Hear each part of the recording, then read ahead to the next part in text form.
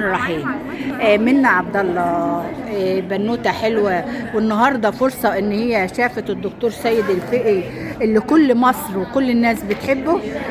احنا لقاء، هي هتوجه اسئله للدكتور سيد والدكتور سيد هيوجهها وهيتبناها وهتبقى عضوه عندنا في التنميه البشريه.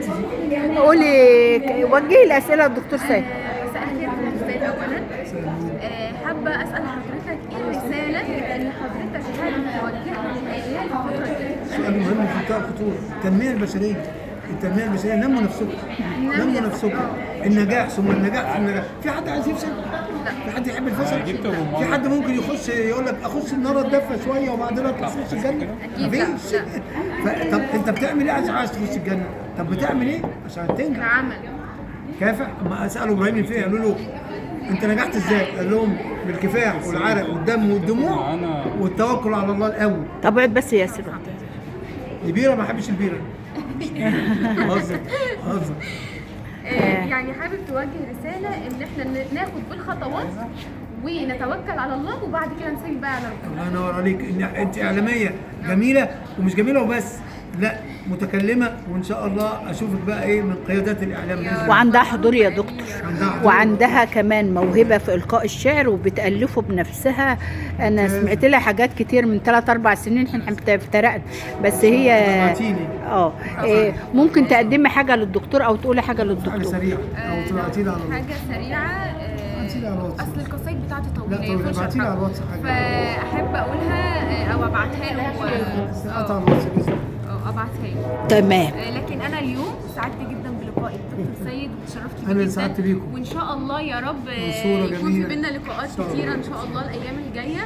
وبشكرك جدا بجد. ربنا يبارك فيك ويحميك. الله يخليك بجد ويحمي مامتك الجميله دي. اللهم امين يا رب. احنا من خلال برنامجنا صوت الحياة وعين الحياة ونجوم مصرية النهاردة الدكتور سيد كل السعادة المطلقة لشعب المنصورة النهاردة ان هم فعلا شافوا الدكتور سيد. في محامية برضو فرحانة بلقاء الدكتور سيد. منا اعلامية وموهوبة الاستاذ ياسر من راس البر.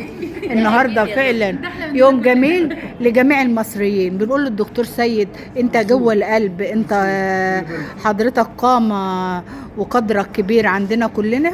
والمنصورة النهاردة من أحلى أيامها اللي تتوصف فعلا إن حضرتك موجود في وسطها.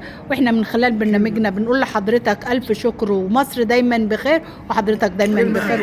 كلمة أخيرة. عمر يا دكتور. عندي أحفادي محمد الجلاد الفقي وأحمد الجلاد الفقي مدربين عظماء، وهيظهروا في الفترة اللي جاية ظهور جبار في مصر وفي الدول العربية، وبإذن الله كمان في خارج. هو سبق جدارة النهارده في كلام. جميعا بالتوفيق ومزيد من النجاح والتقدم يا رب. اللهم امين. وان دايما التنميه البشريه جوه عيله الفقي تفضل موجود. لا والايام ده اصلا كل محافظه عامله بدايه للتنميه البشريه. بدات المحافظات بكلمه بدايه للتنميه البشريه على مستوى الجمهوريه كلها، وده شرف كبير لنا. شكرا لحضرتك.